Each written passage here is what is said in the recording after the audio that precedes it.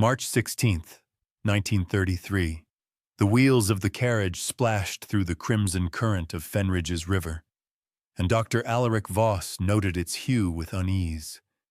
The driver said nothing, eyes fixed ahead, as if silence could keep whatever cursed the flow at bay. Voss leaned forward, eyes following the rust-tinged water twisting under an arched stone bridge, where it disappeared into the village's heart. Fenridge had not altered much since he'd last heard its name, spoken once by a dying patient gasping through madness. Desperate for redemption, he'd clutched blindly at that name when a letter arrived weeks ago, unsigned and written in a tight, spidery hand. It simply read, "Come to Fenridge. The sickness here mirrors your soul." The town sprawled in half-ruin, with boarded windows, crumbled archways, and fog curling like fingers through alleys. Time itself felt slower as Voss stepped from the carriage and gathered his satchel. Shadows lingered too long, and villagers stared too hard or not at all. Their silence devoured sound. He had once been renowned in Boston for his surgical prowess, until arrogance pushed him into experimental treatments untested by time or ethics. They called it malpractice. He called it ambition. The reckoning shattered his career, left him broken in reputation and conscience. Fenridge, so he told himself, might offer something more, a chance to atone. At the edge of the village green, a chapel's spire scraped at the cloud-choked sky. A bell cracked the silence despite no visible wind, tolling once. Voss turned to see an old woman watching him from the chapel gate, her eyes white with cataracts, but piercing nonetheless. She spoke without moving her lips. "It bleeds for what lies beneath." Startled, Voss blinked, and she was gone. He lodged at the widow Marlowe's, whose cheerless demeanor was matched only by her decor. Faded portraits, melted candles, and dried herbs strung over every doorframe like shriveled warnings. "They go mad come sunset," she said over a dinner of cold root soup. "One by one. 'Tis the river, I tell ye. Began runnin' red 3 moons ago. Since then, folk mutter to shadows and peel their skin for writin'. Stay clear of the old parish cellar. That earth's taken enough." That night, Voss found sleep elusive. The wind sighed in tongues, and in the darkness, footsteps passed his door, slow, dragging, and wet. He dreamt of patients begging him to undo what he'd done. Faces blurred, but their voices were clear. "Find the root," they moaned in chorus, buried beneath and lit by fire. At dawn, he examined the river more closely. Fish floated belly up, their eyes missing. A child stood on the bank tossing stones into the current.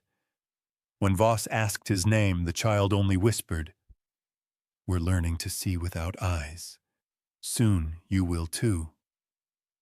The doctor left abruptly, shoes wet with red water. A question pulsed behind his eyes, one he didn't dare yet voice aloud. What was buried under Fenridge, and why was it waking now? The wind rolled sullenly through the skeletal trees surrounding Fenridge as Dr. Alaric Voss shivered beneath his thick wool coat, the dull glow of gas lamps barely cutting through the evening murk. His mind, ravaged by the day's sinister revelations, found no rest. The Red River, the hollow-eyed villagers, the letter that began it all. Pieces of a puzzle whose picture whispered from beyond reason. He needed answers. A knock at the door of his rented room startled him. Mrs. Calloway, the landlady, stood cross-armed, her eyes darting. "You ought to speak to Elijah Craig," she murmured. "He's seen things, lives near the old parish." Voss found Craig by the crumbling cemetery wall behind the long-abandoned parish church. The man was gaunt, his fingers stained with soot and wax. "They meet," he rasped, "down beneath, when the candles are lit, and the hymns are backwards. It's not God they call." "What lies beneath the church?" Voss asked, his voice trembling. "A cellar, or more. My father once went in. Came back muttering about stone pages on the wall, about eyes in the dark that cried light. He was never the same." That night, lantern in hand, Voss breached the rusted gate beneath the weather-beaten parish. The stairs descended, each step steeped in mildew and dread.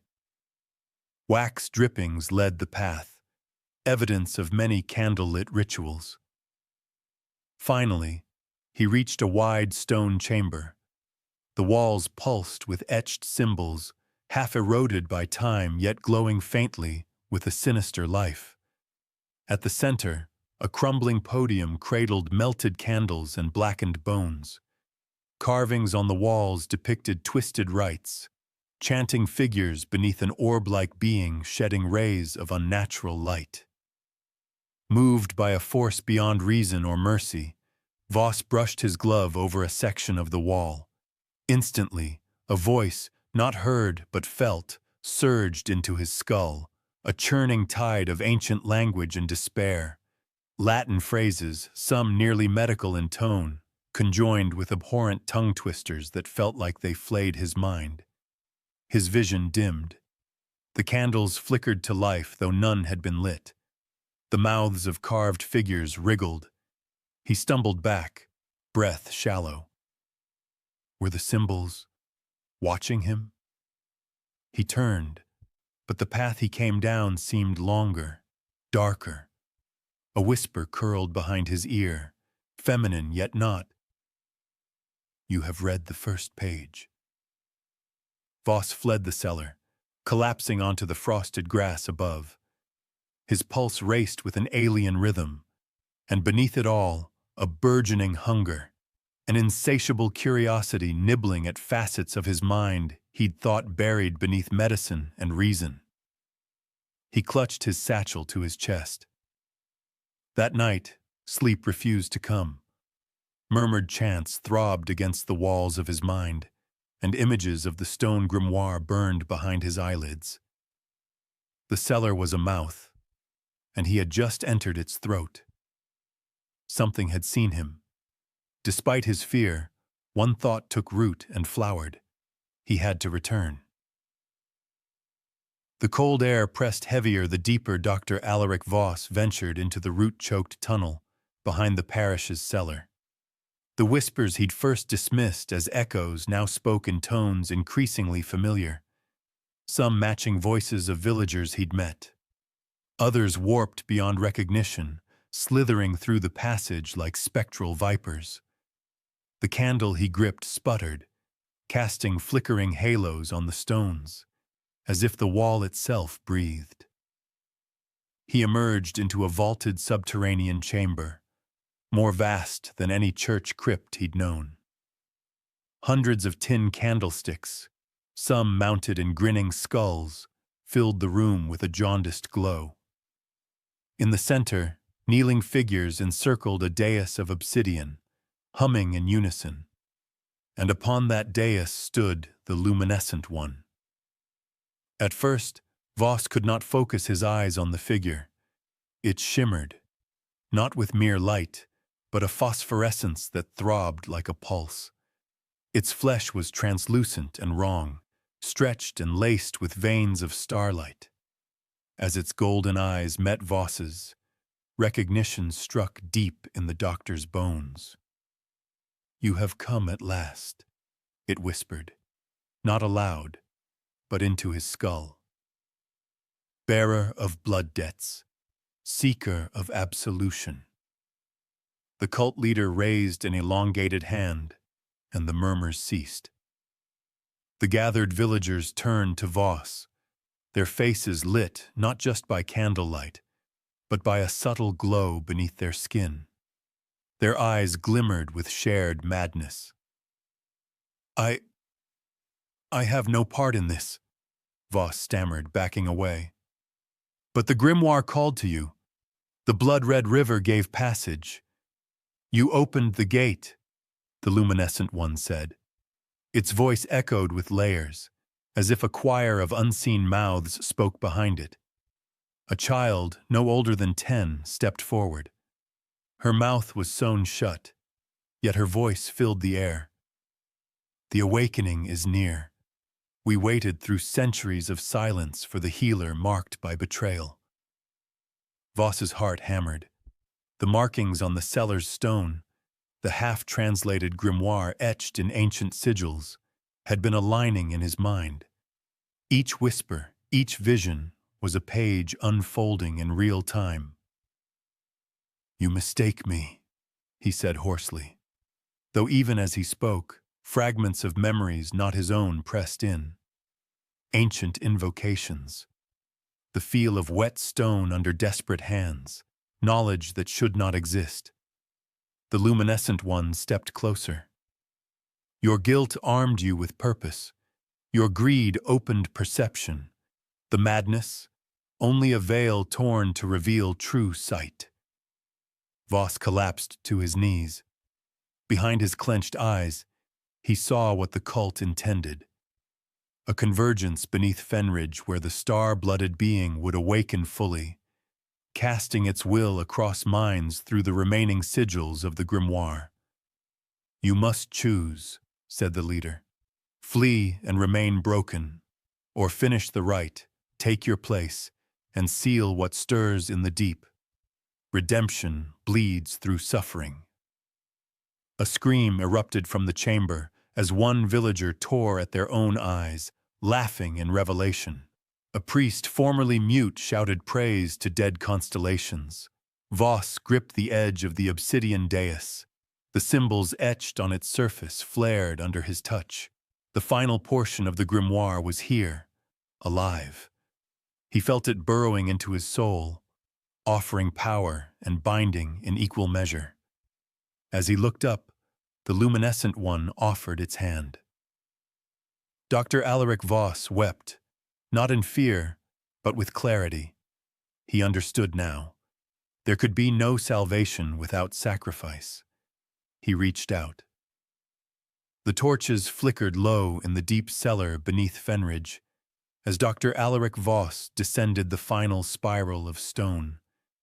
The air thick with incense and whispers, not from mouths, but from the walls themselves. Behind him, the echo of lunacy still howled from above, the town in shambles as the contagion of madness reached its climax. Voss's boots touched the hallowed ground of the cult's sacred chamber. Grimoire fragments clutched tightly in his blood-streaked hands. The luminescent one emerged from the altar's glow, not walking, but gliding, its body humming with pale green brilliance. Its many eyes blinked independently, each one studying Voss with reverent hunger. "You are the vessel," it said, its voice multi-layered with tones that tugged on Voss's sanity. "You brought healing once through science. Now you shall mend through sacrifice." He fell to his knees, understanding in that moment the final shape of his redemption, not through penance or good deeds, but by becoming what no one else would. Drawing from the glyphs burned into his mind, the cursed knowledge channeled from the grimoire and etched in bleeding symbols across his arms, Voss began the incantation. The luminescent one shrieked, casting rays of light that burned alive the last of the gathered cultists, even as the chamber trembled. Stone cracked over the altar. Ancient veins pulsed beneath it, something vast and sleeping stirring in answer. If awakened, it would swallow more than Fenridge. But Voss pressed on. A crimson cyclone of light and shadow filled the chamber. The tongues of the grimoire spilled past his lips, each word carving away more of his self. He became open, a hollow, through which the ancient malevolence could be bound anew. There was no scream. There was only silence as the light vanished. The luminescent one crumpled into ash. Above, the rising sun peeled back the mist from Fenridge. The red hue drained from the river. Villagers woke in ruin, but with cleared minds, weeping in wonder and grief. The madness had lifted. Beneath, beyond the broken altar, now sealed by fused stone and calcified bone, Voss remained. Alive, but not. A grotesque statue fused from flesh and knowledge, candlelight eternally flickering within empty sockets. The sentinel of the grimoire, guardian of the prison built from his own guilt. Some say that on March 16th each year, a faint green light flickers beyond the cellar door, and whispers ride the smoke of old parish candles. And if you listen long enough, one voice among them cries not in horror, but in peace.